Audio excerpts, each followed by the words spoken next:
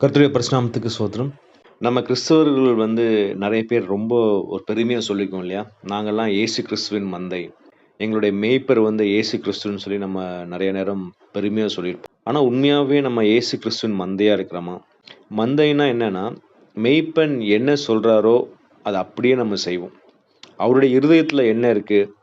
அப்படிங்கிறது நமக்கு அப்படியே தெரியும். அதுதான் இயேசு கிறிஸ்துவ நீங்க பார்த்தீங்கன்னா, யோவான்ல 10:27 சொல்லியிருப்பாங்க. என் ஆடுகள் என் சத்தத்திற்கு செவி கொடுக்கிறது. நான் அவைகளை அறிந்திருக்கிறேன். அவைகள் எனக்கு பின் செல்லுகிறது. நம்ம இயேசு கிறிஸ்துவின் மந்தையின் ஆடுகளா இருந்தோம்னா, நம்ம யாருக்கு பின் செல்லணுமா? இயேசு கிறிஸ்துவுக்கு பின் செல்லணுமா? அப்படின்னா என்னன்னா, இயேசு கிறிஸ்துவை போல நம்ம மாறணும். அதுதான் நம்ம இயேசு கிறிஸ்துவின் மந்தைன்னு சொல்றதுல ஒரு அர்த்தம். ஆனா நம்ம நெறைய நேரம் இயேசு கிறிஸ்துவ நம்ம பின்பற்றதில்ல இல்லையா? நம்ம வாழ்க்கையில நம்ம செக் பண்ணி பார்த்தோம்னா, 99.9% நம்ம இயேசு கிறிஸ்துவ பின்பற்றதே இல்லங்க. ஏதோ அங்க, இங்க ஒரு சின்ன சின்ன காரியங்கள் அத என்ன பண்றோம்னா, நம்ம அத மட்டும் நம்ம இயேசு கிறிஸ்துவ போல பின்பற்றோம். மத்தபடி எல்லாமே இந்த உலகத்தின் பாதையில தான் நம்ம நடந்து கொண்டிருக்கிறோம் இல்ல?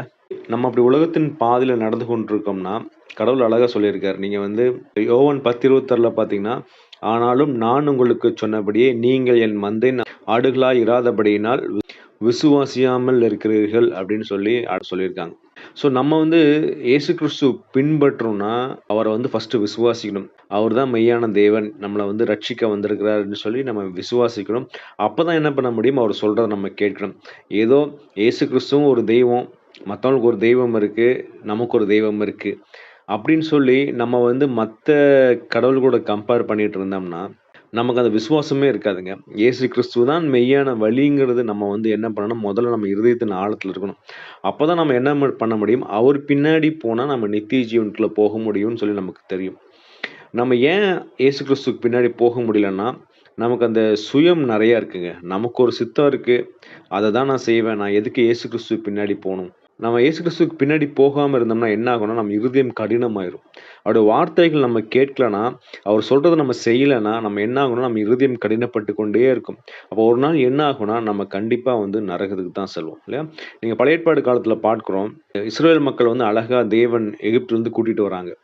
கூட்டிட்டு வந்த உடனே பார்த்தீங்கன்னா, அவங்களுக்கு அது சோதனையின் காலம் ஆக்சுவலா. கடவுள் என்ன பண்றாரு, அவங்கள கானான் தேசத்துக்கு போறதுக்கு முன்னாடி, என் மக்கள் என்னை தான் நம்பியிருக்கிறாங்களா? நான் சொல்றத கேட்கிறாங்களாங்கிறது சோதிக்கிறதுக்காக தான் அந்த வனாந்தரமான யாத்திரை. அது கிட்டத்தட்ட ஒரு 40 நாள்ல போயிரலாம். இல்லன்னா ஒரு 2 வருஷத்துலயும் போயிரலாம்.